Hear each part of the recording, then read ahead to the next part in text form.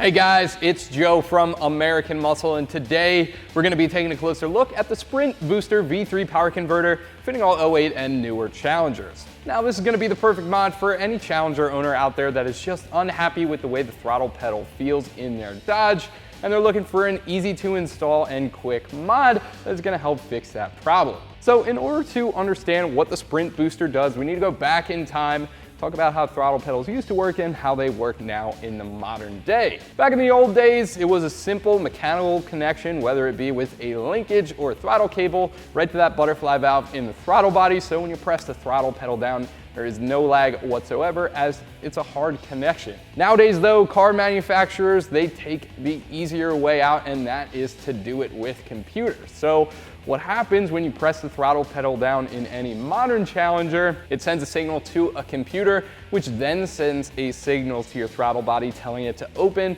to a degree according to how far you press the throttle pedal. Now, that is all well and good. It makes cars a little bit easier to design for the manufacturers. It doesn't exactly lead to throttle response because even though computers are fast, it does lead to a little bit of what we call input lag, and this is where something like the Sprint Booster V3 power converter can help you out. Now that we have that out of the way, we can talk about what this does, and all it's going to do really is up the voltage from the throttle pedal to the computer, which is going to trick the computer into thinking that the throttle pedal is pressed further down. It's going to give you a snappier response, and it's going to open that butterfly valve in the throttle body a little bit further. Now the Sprint Booster does have 3 modes to it, so you don't have to go in all-out race mode all the time.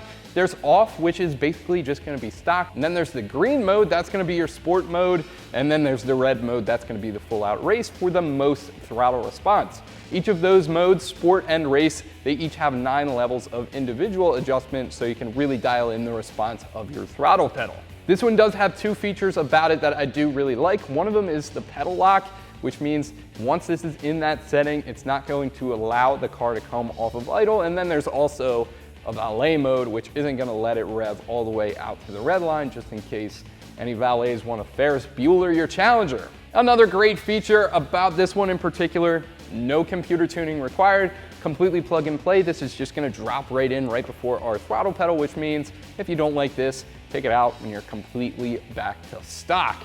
Now, one thing I do want to be clear on, and this is going to go to all throttle controllers out there, not just the Sprint Booster V3, is they are not going to add any horsepower. Once the throttle body is open, it's open. It opens 90 degrees, doesn't need to open any further than that. So this is not going to make any horsepower. This is going to be for the guy that's just unhappy with the way their Challenger feels when they press down on that throttle pedal.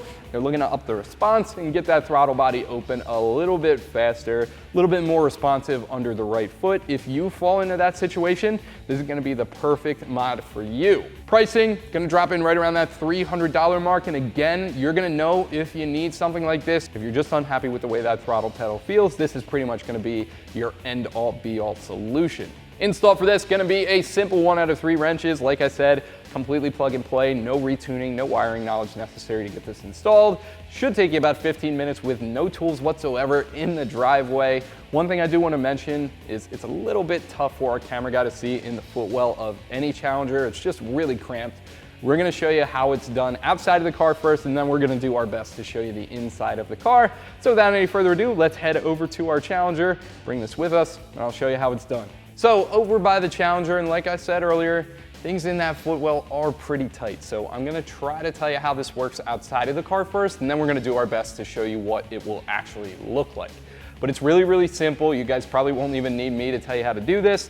This cable is going to install right before our throttle pedal. So we're going to take the factory harness off just by pressing in a release tab. Then we're going to install this end to the factory cable. One thing to note is before we do anything, we're actually going to install our switch with that white connector right there. And then on the other end, this is going to go to our throttle pedal. That's going to click in, and then we can lock it down with that red tab right there. So down here, what we're going to do is push up on this felt and then grab that release tab, and that guy should pull right out of there. And we're just gonna grab this end of our throttle controller. Go right in there. You can hear that click in like so. And then this end is going to plug right back into our pedal.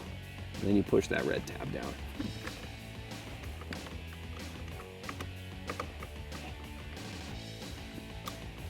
So now we just have to mount up our switch, control box, whatever you want to call this thing.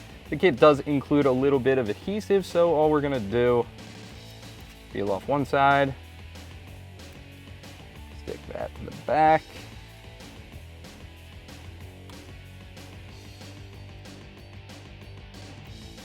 Then we can peel off the other side, which I have to admit is easier said than done. Boom. Now you can put this box wherever you want. There is plenty of wire here. Speaking of which, the kit does include a zip tie for you to wire manage that. However, you do want to make sure this doesn't get tangled in your pedals, especially the brake. That would be the last thing you'd want. Guys, that is going to do it for me. It's also going to do it for the Sprint Booster V3 power converter fitting all 08 and newer Challengers. Thank you guys for watching. As always, if this video helped you out, leave us a comment down below. Subscribe for more like this one. I'm Joe. Keep it right here at American Muscle for all things Challenger.